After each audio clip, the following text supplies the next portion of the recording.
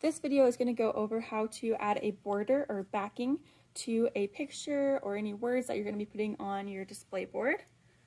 And this just helps make it look really professional. So we're going to do a 1/4 inch border around this picture. On your display boards, you're going to do this for any pictures you're putting on, for the floor plan that you're putting on there, for the title. Any labels that you put on there are going to be backed with the 1/4 inch border. So let's go over how to do the border. I'm going to do this picture right here. What you will need is a picture. You're going to need a black piece of paper, a pencil or something to mark with, a ruler, Elmer's glue, and something to cut with, so either just some paper scissors or a paper cutter. I would recommend using a paper cutter if you have access to one, because it's going to make things look a lot neater. If you're using scissors, you need to cut very carefully, because I'm looking for very straight lines. You will get docked if you don't have straight lines, so it needs to look professional. Okay, let's get started. So I'm just going to move this all out of the way and pull over here my paper, my black paper, and the thing that I am backing. So I told you I'm going to do a 1/4 inch border, and that's what's standard in the interior design industry. So if I look at my ruler right here, this is a 1/4 inch right here. So I'm just going to mark where 1/4 inch is with my pencil, one spot over here, and then I'll do this other corner over here. Normally you want to save as much space as you can, but as you can see, this isn't going to be quite a 1/4 if I do it this way, so I'm going to have to back my paper on this side. But try and save as much space as you can so you don't waste paper. And then I'll mark my 1/4 on this other side right here. Once I have those both marked, I can go ahead and I will just line up my picture with those two markings and make sure that this looks parallel with the edge. So the edge of this paper is parallel with the edge of my picture paper, and the edge of the black paper is parallel with the edge of my picture paper again. Once I make sure of those things, and if I'm kind of unsure if I'm parallel, I can also make a second marking, so I'm going to do that right here. So I have two things to line up with, not just one on each side. And then I'm good to go ahead and glue. So I'm going to flip this guy over, and I'll open up my Elmer's glue.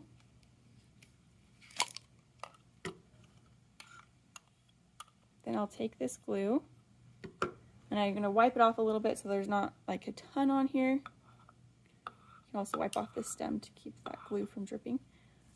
And then I'll just go around my borders, so the edge, and this is on the back of my paper. Do that through all sides, and then I'll just do an X.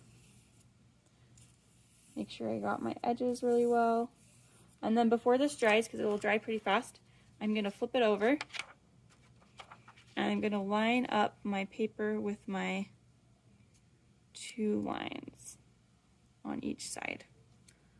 So I have a 1/4 inch, and then I can measure to make sure that I have a 1/4 inch. So that's a 1/4 inch there, and a 1/4 inch over here. Sounds pretty good. If you get any rubber cement, so you can see like right here, there's some rubber cement, I can just let that dry, or I can also just rub it and it will come right off. So if you have any that is just peeking through, you can always rub that off. And then I can also just erase my markings so that you don't see them. Right here. So I've done these two sides. Now I need to do the other sides.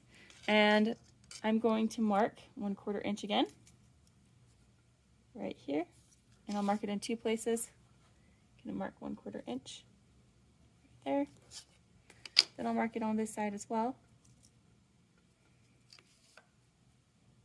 And this side right here. Now for the cutting. So if you don't have access to a paper cutter, what I would recommend doing is taking a ruler and then connecting this line right here so you have a nice straight line and cutting right on that line. But if you have a paper cutter, I would highly recommend using that, or if you have access to one. So we're going to use this paper cutter. Every paper cutter is a little different, so yours, whichever one you're using, might be a little different. But if you're using the one in the classroom, this is what you'll be doing. So I have my two lines marked, and that's the line I want to cut on. So if I slide everything over here like that, then you can see my little pencil markings are starting to show through.